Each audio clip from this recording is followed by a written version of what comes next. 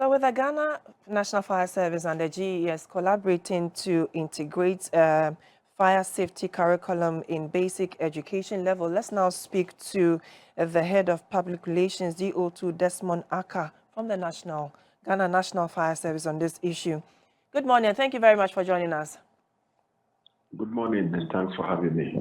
All right, so what is important about fire safety to integrate it in basic education? Well, let me say a very good morning and listeners.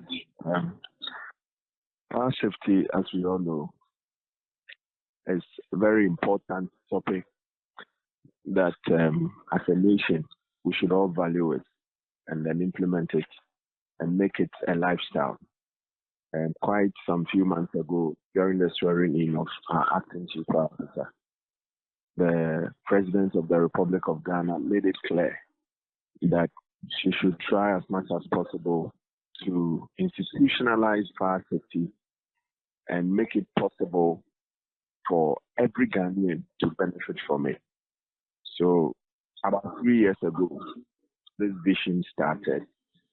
And yesterday, we had the opportunity to commence a 2-week co-production workshop that would seek to bring all stakeholders in the public safety industry to be able to fine-tune a curriculum that we are developing that when it is finalized would help inculcate fire safety consciousness in our basic school pupils. So we believe that when we are able to start with a particular generation, they will grow with it. And after this phase, another curriculum is also going to be developed that would also be pushed to the senior high and then to the university level, so that come the next 5 to 10 years, we would want to push the agenda of fire safety and institutionalize it in the memories of every Ghanaian, so that fire safety does not become the prerequisite of the Ghana National Fire Service alone.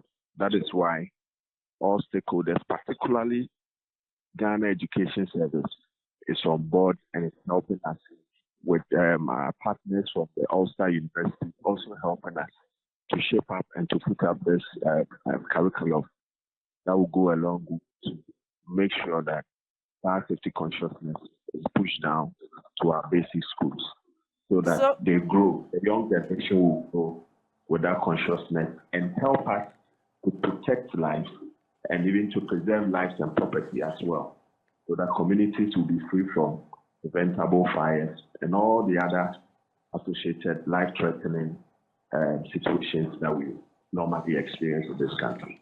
So how will the Ghana National Fire Service be involved in this whole curriculum? Will you be in the schools as part of the integration, or there will be teachers who would transfer this knowledge onto the children? Well, so this workshop is really going to help us to shape up the curriculum. So we are providing the knowledge base, and then the GES would also support us with the teachers who will be well versed, who will be trained on this particular curriculum that would go further to impact the knowledge into these school children.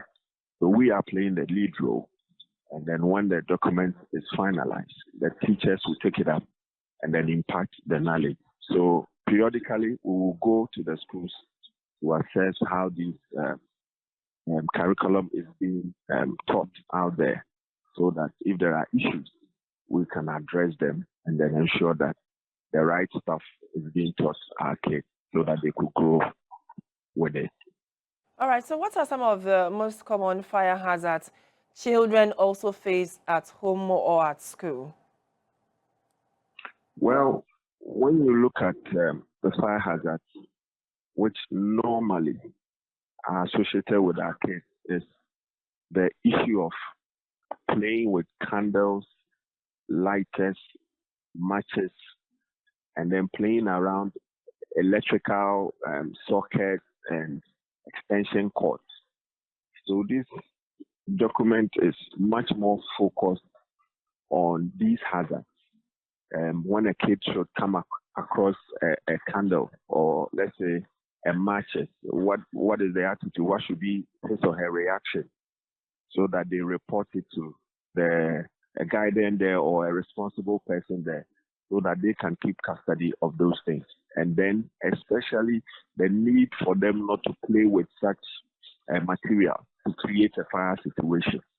So if, let's say, the parents are running wires under racks, around carpet, exposed naked wires and all that, we want to bring that consciousness so that they would act as safety ambassadors, draw their parents' attention to the mishaps in the electrical wiring, so that the required remedies could be put into place. So this is not going to be just a document, but it's going to incorporate some practical lessons where students will be exposed to utilizing these tools or materials in the most responsible way, such that it will not land in their hands for them to play with it irresponsibly to create the fire situation.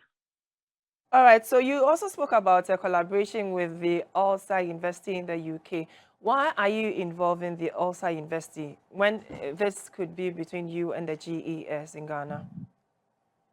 Well, so this document has to be developed in such a way that it will meet both local and international standards, because fire safety is broad. It is what is being done maybe in Europe or in North America or maybe the Far East. It's basically the same. So, in as much as we want to raise a fire safety conscious generation, we want to be able to do that in such a way that we are feeding them with the local content. And when they find themselves in this space, they could also function properly. So that is why we are involving our partners from the UK, so that they would also infuse best international practices as far as fire safety is concerned. All right, thank you very much. We've been speaking to the head of public relations, DO2 Desmond Aka from the Ghana National Fire Service.